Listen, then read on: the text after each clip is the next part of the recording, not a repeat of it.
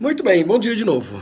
Promessa é dívida, né? Então, sem mais delongas, eu tinha prometido ontem contar um pouquinho mais sobre a cobertura do 1º de maio de 94, a morte do Ayrton Senna.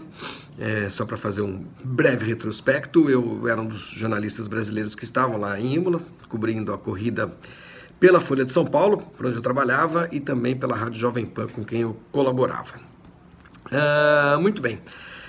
Eu contei para vocês ontem sobre as preocupações que o Senna tinha, né, com o carro da Williams, na verdade com o carro sem os componentes eletrônicos, os equipamentos eletrônicos de auxílio à pilotagem, que fizeram daquele carro um carro muito vencedor em 92 e 93, mas tudo aquilo foi banido em 94. E o carro era um carro muito rápido, muito potente, forte, mas quase inguiável, no sentido de ser um carro muito nervoso. O Senna costumava dizer, naquelas duas corridas que ele fez, e até os treinos de Imola, né, ele chamava muita atenção para o fato de que ele não conseguia fazer duas voltas da mesma forma, porque o comportamento do carro se alterava muito durante as voltas, e que ele tinha muita preocupação. A preocupação se reforçou com a primeira vitória do Schumacher em Interlagos, depois com a batida dele, Senna, na verdade ele foi atingido, foi acertado pelo Mika Häkkinen em Aida, no Japão, Grande Prêmio do Pacífico. E em Imola aconteceu tudo aquilo que a gente se lembra na sexta e no sábado, e no domingo o clima realmente era muito pesado no autódromo, né? No sábado o Ratzenberger tinha morrido, fazia muito tempo, desde 86, que não morria ninguém na Fórmula 1. Muitos daqueles pilotos sequer conviveram com essa realidade, né, que era muito mais palpável nos anos 70, 60, 80 também, de uma certa forma. Enfim, não precisa nem dizer que o clima era muito pesado. Não vou entrar aqui naquelas especulações do tipo, ele sentiu alguma coisa, pressentiu, ele segurou a asa do carro, ele ficou olhando para o nada, para o infinito. Gente, naquele domingo eu estava lá, todo mundo estava olhando para o infinito, todo mundo estava daquele jeito, absolutamente chocado com o que tinha acontecido e tudo mais. Então, não vamos partir para esse lado premonitório, né? Isso tudo é bobagem. Tanto que ele foi para a corrida, né? Largou na pole, que ele tinha feito na sexta-feira. No sábado, poucos pilotos fizeram tempos, até porque depois da batida do Ratzenberger, o treino ficou interrompido um tempão. Naquela época, o treino de sexta-feira contava para a formação do grid. O Berger foi um dos poucos pilotos que voltaram para a pista austríaca, como o Ratzenberger, apareceu na sala de imprensa, depois fez um pronunciamento e foi embora, nem respondeu perguntas. As entrevistas coletivas, obviamente, nem aconteceram. Enfim, a coisa não era como é hoje, tão organizadinha também. Bom, enfim, bateu. Ali no autódromo a gente já imaginava que a coisa tinha sido muito grave, muito séria. E eu vou passar para o dia seguinte, que essa é a história que eu quero contar. Uma história que eu já contei várias vezes, mas enfim, às vezes eu tenho a sensação que todo mundo sabe só porque eu já contei várias vezes para muitas pessoas, e talvez essa massa de gente que está vendo aqui o GP às 10, né? Muitos leitores novos, telespectadores, a gente fala, novos, seguidores, sei lá como é que chama isso, talvez não tenham ouvido ainda. Na segunda-feira, dia 2 de maio, a segunda-feira, dia 2 de maio, foi o dia mais complicado para quem estava trabalhando lá, pela total ausência de notícias, né? O pessoal da Williams foi embora, o inquérito foi aberto pela polícia, a Williams não fez nenhum comunicado, não havia rede social, não havia como você falar com as pessoas se você não tivesse o telefone delas, e mesmo com o telefone deles, eu tinha na época de algumas pessoas da Williams, ninguém estava atendendo, enfim, era o caos completo. Eu me mudei, eu e alguns jornalistas nos mudamos dos hotéis onde estávamos. Eu estava numa cidade chamada Riolo Terme, me mudei para Bolonha, onde o corpo do Senna seria submetido a uma autópsia na segunda-feira, e de onde ele sairia rumo a Paris, primeiro num avião da Força Aérea Italiana e depois para o Brasil, num voo da Varig. Então a segunda-feira, para nós que estávamos lá, era uma segunda-feira muito complicada para conseguir algum tipo de notícia, avançar no noticiário, né? além das coisas oficiais, como, por exemplo, todas as medidas tomadas pela diplomacia brasileira na Itália, o embaixador que foi lá para Bolonha, a autópsia, o traslado do corpo e tudo mais. Não era uma era de comunicados oficiais como é hoje, a gente tinha de correr atrás de tudo mesmo. E eu queria, a pauta que eu me impus foi tentar falar com a médica que recebeu o Senna no Hospital Maggiore de Bolonha, porque uma das grandes dúvidas, e gente, esse vídeo vai ficar longo também, mas agora paciência, uma das grandes dúvidas na época era o seguinte, o que aconteceu, a parte mecânica, a dinâmica do acidente, era algo que em algum momento a perícia iria chegar a alguma conclusão, a Williams talvez falasse, a FIA, sei lá, mas aquilo ia demorar. Eu queria saber se o Senna tinha morrido na pista ou não, porque a sensação era de que isso poderia ter acontecido. E isso teria alguma implicação, talvez no cancelamento da corrida e tudo mais. Enfim, depois a gente compreendeu a realidade daquilo. Ele não teve morte cerebral na pista, embora tenha tido, isso foi depois me foi dito por médicos, já explico. Os médicos, os paramédicos que o atenderam na pista não tinham condição de determinar a morte cerebral dele, porque você não faz um eletroencefalograma numa pista de corrida, né? Num atendimento de emergência, de urgência. Ele saiu do autódromo com o coração batendo, né? E isso, do ponto de vista legal, não é morte. Embora ele já não tivesse atividade cerebral. Então, do ponto de vista médico, ele realmente morreu na pista. Mas isso, os médicos que o atenderam ali não tinham condição de avaliar. Por isso que ele foi removido para o Hospital Maggiore. E a médica que o recebeu era a diretora do Centro de Ressuscitação do hospital, a doutora Maria Tereza Fiandra. E era com ela que eu queria conversar. Eu queria tentar achá-la para saber como é que ele chegou, em que estado, em que condição, enfim. Detalhes. Ela já tinha dado uma pequena entrevista, breve entrevista coletiva no hospital, na verdade para anunciar a morte dele, do Senna, para informar que a atividade cerebral havia cessado, e pronto, e acabou, e foi cuidar da vida, dos seus afazeres, né? Bom, eu vou tentar achar essa médica, ou pelo menos alguém no hospital. E o que me ocorreu? Voltando atrás no tempo, em 1981, 13 anos antes, eu tinha tido uma namorada italiana. Eu morava em Campinas, a família dessa moça se mudou para lá durante um ano. O pai dela foi implantar algum sistema de telecomunicações na cidade, alguma coisa assim, era um trabalho temporário, e a gente se conheceu na escola, eu estudava no Colégio Objetivo. E a gente namorou, tinha 16 para 17 anos. E aí acabou o ano e a família dela voltou para a Itália. E eu apaixonado, aquela coisa de adolescente, tudo mais, né? Uma querida, Maria Cristina, a Cris. A gente se comunicava durante muitos meses depois que ela voltou para a Itália, e eu me mudei para São Paulo para fazer faculdade em 82, a gente se comunicava por carta, escrevia carta, era assim que as pessoas falavam. O telefonema era muito caro para fora do Brasil, não existia e-mail, não existia WhatsApp, não existia nada disso.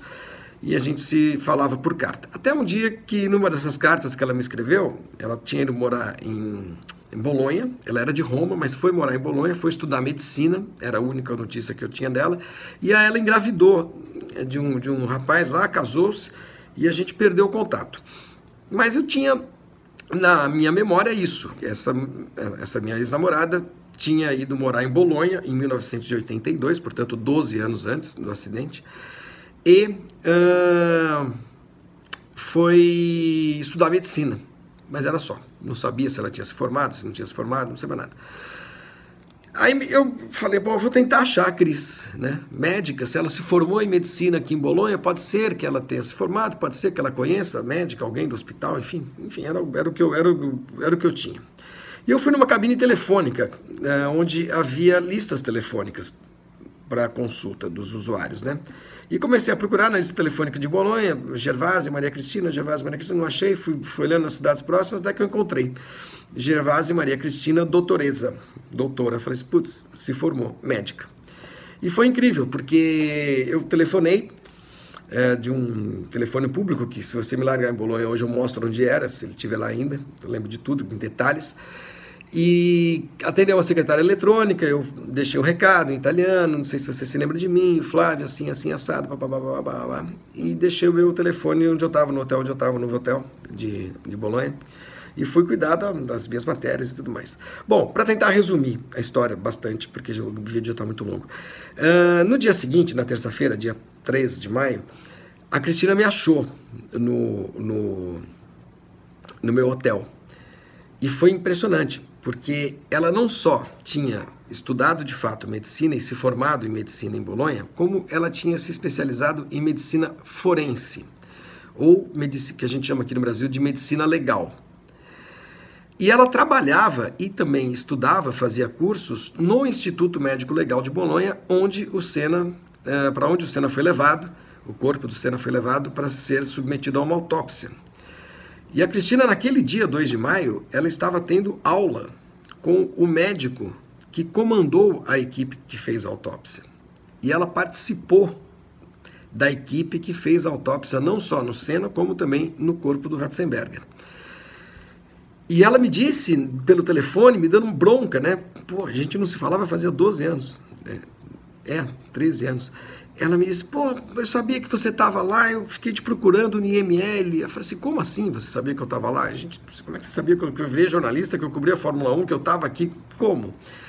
E aí ela me explicou, ela tinha uma irmã mais velha que ficou morando no Brasil quando a família voltou. Essa menina casou lá, Simona, continuou morando em Campinas e muito provavelmente, nesses anos todos, ela me acompanhou minha carreira, escrevendo em jornal, falando em rádio. Então, elas meio que sabiam, né, um pouco da minha atividade profissional. E aí, por isso que a Cristina sabia que eu estaria lá. E ela me disse, eu te levava para ver o corpo, eu te mostrava tudo e tudo mais, tal. Foi um negócio. Bom, aí ela não fiz isso, porque o corpo foi embora, foi para Paris e tudo mais, mas ela foi me dar uma entrevista, e foi até o meu hotel, me deu uma entrevista muito longa, foi a minha última matéria na Folha, porque no outro dia eu me demiti, por outros motivos, e nessa entrevista ela descreveu o estado do Senna, ela me mostrou um pré-laudo do legista, dizendo que realmente a atividade, pela extensão dos ferimentos, a atividade cerebral de fato se extinguiu no local, no momento da batida, algo que era impossível, é claro, dos paramédicos detectarem e determinarem.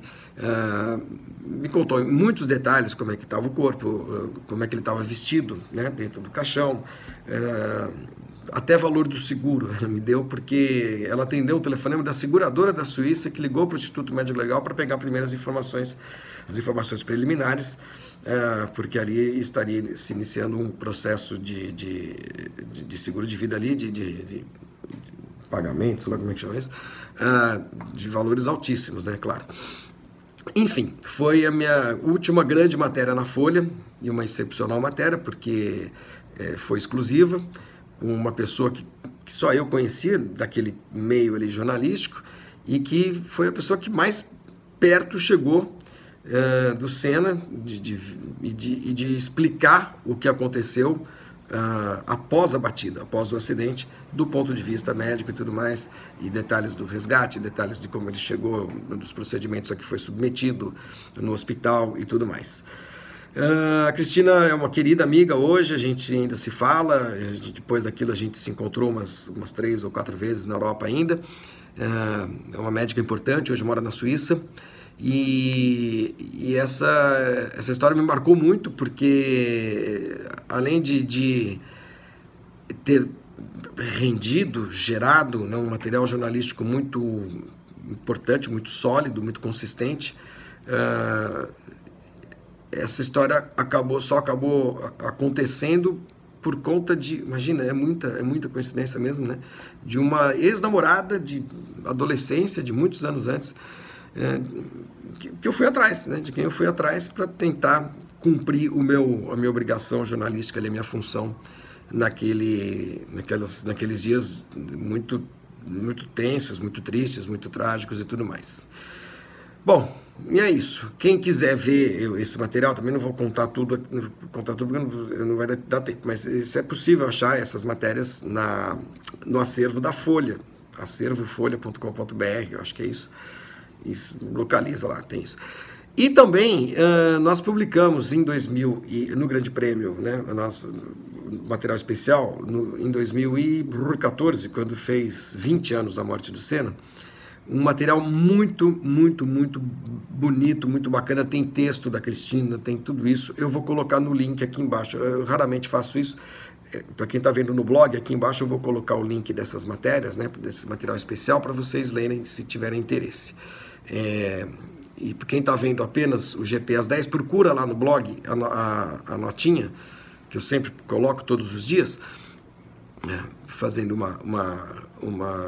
chamando, né, os leitores para o vídeo, e ali tem todo esse material especial que foi feito por toda a nossa equipe. Tem entrevista com família do Ratzenberger. Nós ouvimos muitos jornalistas e muitas pessoas que estavam lá em Imola naquele final de semana, e essa história que eu contei aqui em 15 longos minutos está em detalhes relatada também nesse material especial dos 20 anos da morte do Senna, que a gente publicou em 2014, tá bom? É isso. Amanhã a gente volta para falar de Fórmula 1, outras coisas.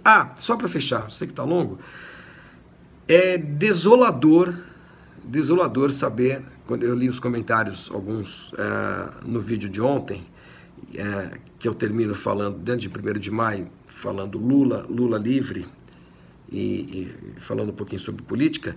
É desolador saber que tem gente como algumas daquelas que escreveram, que botaram seus comentários ali, que me acompanham. Eu adoraria que essas pessoas jamais se interessassem pelo que eu digo, pelo que eu conto, pelo que eu escrevo, pelo que eu penso, pelo que eu falo, por tudo.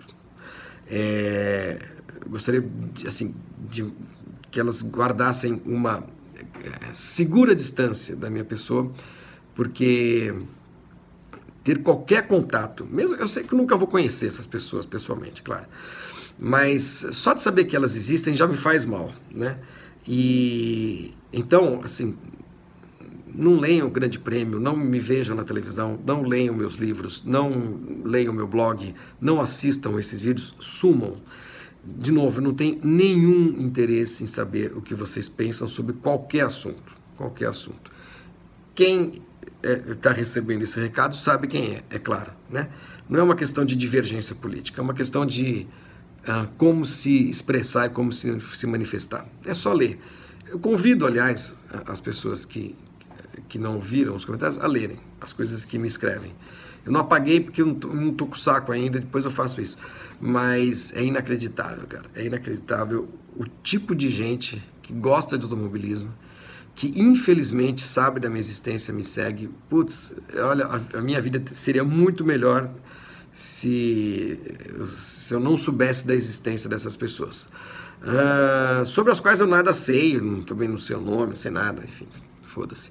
Mas, cara, é desolador. É muito triste. E saber que tem gente que pensa dessa maneira, que tem algum contato comigo, ainda que assim, à distância, né, pela internet e tal, não sei o que. Nossa Senhora, é uma tristeza, gente. Eu queria que essas pessoas nunca tivessem sabido da minha existência.